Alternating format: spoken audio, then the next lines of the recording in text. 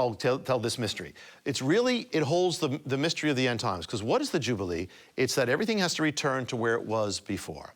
And where were the Jewish people at the beginning of the age? They were in Israel. They were in Jerusalem. That's why they're back. Because everything has to return. And they're still going back. And they're still going back. It hasn't stopped. So, but the mystery is, it's not just them. It's the whole world. What was the world 2,000 years ago at the beginning of the age? It wasn't Christian. It was unchristian. It was pagan. The world culture is turning increasingly unchristian, anti-Christian, pagan values of life, pagan values on everything. And Rome was, it's all returning. Now, that doesn't mean we can't have revival, but the world culture is returning to where it was. That's the book. Listen, that's the end times. Everything returns.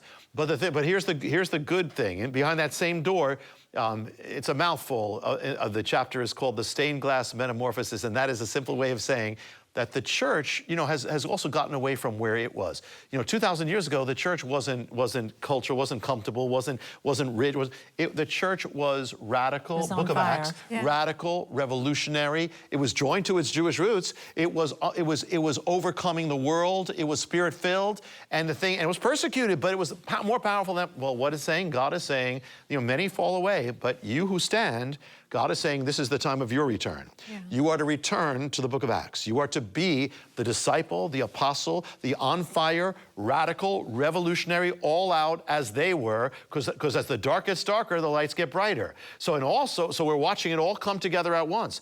So God is calling us to be the lights that we were in the book of Acts. So everything returns to where it was. And why? Because it's all leading up to one missing piece of the puzzle. And that is that, where did all this begin? You know, the Jubilee says that the one who owns the land leaves the land and then returns.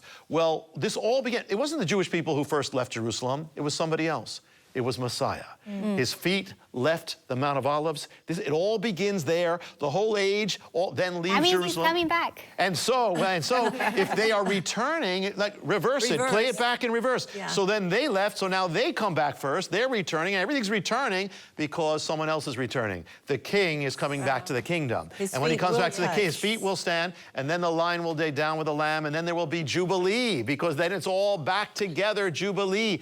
And I haven't even touched the seventh door, but just to say that the Jubilee is ultimately personal, because God has a Jubilee for each of us. In fact, our whole salvation is Jubilee. What is it? Where he's calling us home. He's calling us to become what we were meant to be in the first place. He's the God of restoration. And at the end, when you get to the seventh door, it gets real personal, and that the power of the Jubilee is for our life. And ultimately, we've got even another Jubilee, because the end of the Bible is everything comes home. You know what our ancestral possession is? Heaven. And you know what's in heaven? You know, where do all the Jubilees end up? In Jerusalem. Where are we ending up? Jerusalem. We're coming home. No more pain, no more crying, no more mourning. Then for the first time in our lives, we'll say, I am home.